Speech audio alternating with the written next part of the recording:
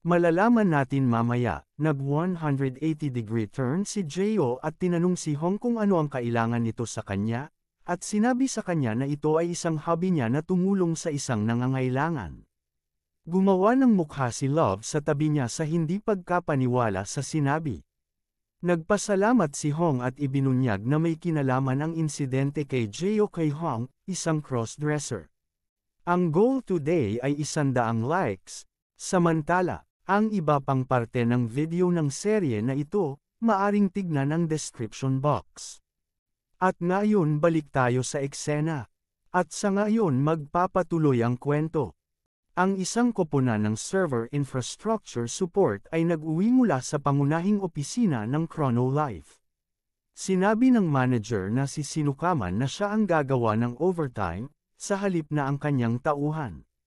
Banibiro siya ng kanyang tauhan na hindi pa sila nagkakasundo ng kanyang misis, mula sa kanilang pagtatalo. Malakas nga ang loob ng empleyadong iyon, na magbiro ng ganon sa kanyang boss. Nagbibiroan ang koponan habang lahat ay umuuwi maliban sa kanilang manager. Pagkatapos na maiwan mag-isa sa opisina, nagbago ang mukha ng manager at pinagtatawanan ang kanyang mga tauhan sa pagiging talunan, at hindi gaanong pagsisikap sa trabaho. Sige, boss, yucks. Umupo siya at nagbukas ng kanyang aparador at patuloy siyang nagpapatawa sa kanyang koponan habang kumuha ng kanyang virtual reality headset. Nilalagay niya ito sa kanyang ulo at nag-login sa laro, na sinasabing oras na upang kumita ng limpak-limpak na pera. Kinumpirma ng laro ang kanyang pagkakakilanlan bilang isang administrator at binati siya bilang si Botman. Sa katulad niyang may hindi magandang ugali, karapat-dapat talaga siyang magkaroon ng pangalang Botman, diba? Sumasayaw sa himpapawid si Botman, at sumisimbolo ng kanyang sandata. Ang kanyang sandata ay ang +79 na Blade of Enforcement na may isang kakaibang rank. Ito ay isang sandata na ginamit ng Battle King at mayroon lamang na isang aura. Mayroon ding ultimate power of destruction ang sandatang ito. Wala pa rin itong katumbas sa stick ni Jeyo at bilang isang administrator, nakamit na ni Botman ang pinakamataas na antas sa lahat ng kanyang mga estadistika, na umaabot sa master level na nagpapahintulot sa kanya na makakuha ng pinakamahusay na mga items sa laro, ang mga weapons ng Ascended. Ito ay naging mainit na usapin sa mga gumagamit, ngunit walang nakakita sa con ito upang kumpirmahin ang kanyang pag-iral. Sa kabilang dako, kay Jeyo, Love at Hong, ito ay nangangahulugan lamang na ang knuckles ng Immortals na natanggap ni Love mula kay Undies ay ang pinakamahusay sa lahat. Sa halagang ito, maayos na maaaring maglingkod ito bilang regalo ng panunumpa sa kanilang pakikipagsamhan nila. Si Love ay nag-aalalang itanong kay Undies, kung talagang mga Immortals na sandata ng ito. Sinasabi ni Jeyo na huwag nang mag-alala at gamitin na lang niya, dahil marami pa siyang mga mythical Immortals items. Ang pagtatampok ni Love ay tumingin kay Jeyo upang kumpirmahin kung narinig niya ito ng tama. Si Love ay nag-equip ang item at ang knuckles.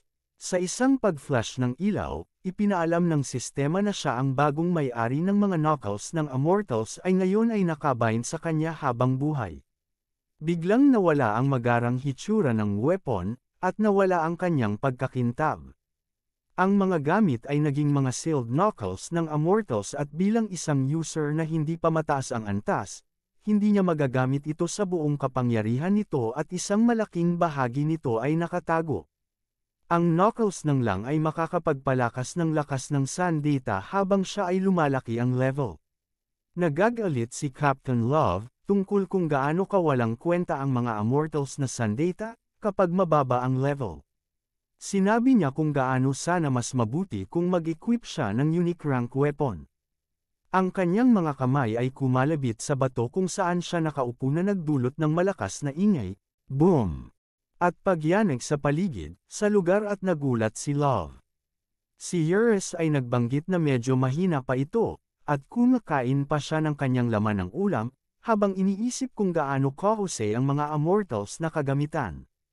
Sumasang-ayon si Jeyo kay Eurus, habang nananatili siya sa kanyang awkward na posisyon. Ang level ng mga inaasahan ng mga OP na karakter ay masyadong mataas. Tinanong ni Euros ang kanyang amo kung kailan niya plano gawin ang hiling ni Hong. Sumagot si Geo na dapat niyang tulungan ito sapagkat may kinalaman ito sa kanya. Ipinahayag ni Hong na ang tunay na layunin ni Batman ay kumopya ng mga bagay at ibenta ito para sa pera. Ang planong ito ni Batman ay magdulot ng malaking problema sa mundo ng krimen. Sinabi ni Geo na dapat na lang itong i-report at ipagbabon ang character. Sinabi ni Hong na mas napakabait pa si Geo kaysa sa inaakala niya. Sinabi na ni Hong ang lahat ng iyon at ang lahat ng kanyang natanggap ay mga pre-made replies. Pinaniniwalaan ni Hong na si Geo lamang ang taong may kakayahan na pigilan si Batman dahil sa kanyang kasaysayan ng World Guild Alliance Massacre or Doomsday. Ang hiling ni Hong ay magkaroon si Geo ng pamamahinga at alisin si Batman bago ang laro ay masira. Iniisip ni Geo na ito ay isang abala, ngunit kailangan niyang gawin ito. Nagplano siya na hamunin ang boss sa tunay na mundo. Naghamon si Geo kay CEO B. Choi na lumabas at makipagkita sa kanya sa tindahan ng sabaw sa labas ng unang pagdadate nila, at sa pag-uusap patungkol sa pagwasak sa mundo, o kaya'y sisirain niya ang mga server ulit. Tinanong siya ni CEO B. Choi kung ano ang lahat ng ito nang bigla na lamang tumigil si Geo at ibinaba ang kanyang telepono. Nagtawa si Geo at nagpatay ng telepono. Sinubukan ni boss na tawagan siya pero hindi ito makakonekta. Nagmumura siya at itinapon ang kanyang cellphone sa inis. Ini-imagine ni Geo kung paano siya mag-o-order ng napakalaking sabaw at ipapabayad sa CEO kapag nagkita sila. Nakita niya si Sarang sa labas ng kanyang bahay at sinabi ni Sarang na sasama siya at tawagin lamang siya, o nga pala magkapit bahay at sana kapit kamay na talaga sila. Si Sarang sa totoong mundo, nakakapagpapakilig kay Geo, sayang, wala si Iris dito para makita ang pag-unlad na ito sa tunay na buhay. Ang gusto ni Sarang ay tawagin siyang Saranghan sa paglabas nilang dalawa at hindi niya ito gusto ang in-game na pangalan niya. At lumabas na sila. Sa tindahan ng sabaw, ang dalawa ay nakaupot at nakapag-order na, sigaw niya si Geo na batang pasaway para sa pagtatawag sa kanya sa isa sa mga mesa. Natagpuan ng mob boss si Geo at si Sarang na kumakain. Pinagsabihan ni Boss Choi si Geo na parang nagiging pamilyar na nakakulong sa kapsula. Tinanong ng boss kung sino ang babae at kung kasintahan ba ito ni Geo, napapahiya si Sarang at tanong kung iyon ba ang itsura niya. Ngunit agad na sinabi ni Geo na walang katotohanan iyon, paliwanag na sikat na idol si Saranghan at baka pagbantaan siya ng mga fans ni Sarang kung magpapalagay siya ng ganyan ang sitwasyon. Ipinagpapatuloy ni CEO Mob Choi ang galit niya kay Geo nang mamumukaan siya si Sarang.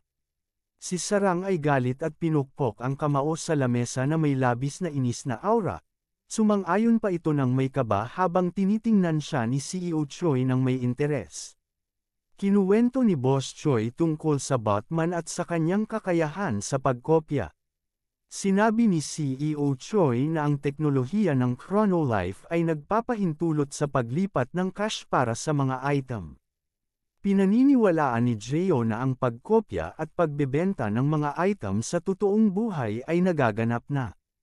Patuloy pa rin ang pagtatalo ni Geo na baka ito ay isang bug at nagsimula silang magtaya. Nagtanong si Sarang kung posible ba ang atake mula sa loob ng sistema ng laro na tagagawa. Ngunit sabi ng boss ay imposible iyon. Iniwan ng boss ang kanilang pag-uusap at pinabayaan si Geo na bayaran ang bill, at sabi sa kanila na mag-enjoy sa kanilang pagde-date nilang dalawa. Masaya si Sarang dahil sa naging resulta at sinabi na magandang column, habang iniisip ni Geo na gusto lamang siyang patayin ng matanda. Hindi mo mabobola ang presidente ng Chronolife para tretuhin ka ng mabuti. Lumabas si Boss Choi at tumawag sa isa sa kanyang staff na mag-hire ng 5 tao na kayang magpatahimik. Sa laro naman, si Undies at Love ay nasa labas ng Rock Mountain Dungeon na walang patutunguhan sa kanilang pag-uusap. Nagmumura si Undies habang nag-iisip si Love tungkol sa mga motibo ni puwetan ng tao. Nakita ni Undies ang nasagot ng pagmumukha ni Love na parang may na-realize. Pagkaalarma ni Love sa malakas na pagsabog, dumiretso si Gio sa direksyon ng pagsabog. Sa kalagitnaan ng usok, may isang lalaki na natamba na may dugo sa bibig at kaliwang braso. Walang iba kundi si Habak at sa harapan niya ay si Batman. Pinagtawanan ni Batman si Habak dahil sa kanyang kabaitan sa kabila ng pagiging unique boss. Tinanong ni Habak kung bakit gumagawa siya ng hindi dapat. Nagpapaalala si Habak kay Batman tungkol sa mga epekto ng kanyang mga gawa. Hinawakan ni Batman si Habak sa leeg at sinabi na hindi dapat sumagot ng ganon ang NPC, at ang kanyang pagiging unique boss ay nangangahulugan na hindi siya makakasagot at siya ay mabubura. Tinutukan siya ni Batman ng espada para patayin siya bago siya maagaw. Ngunit may biglang dumating at hamarang sa kanya bago pa siya makatakas. Hanggang dito ang video na ito, kaninong isang anino ito ang biglang dumating, at type next sa comment section, para malaman natin ang susunod na upload. Huwag kalimutang i-like ang video na ito.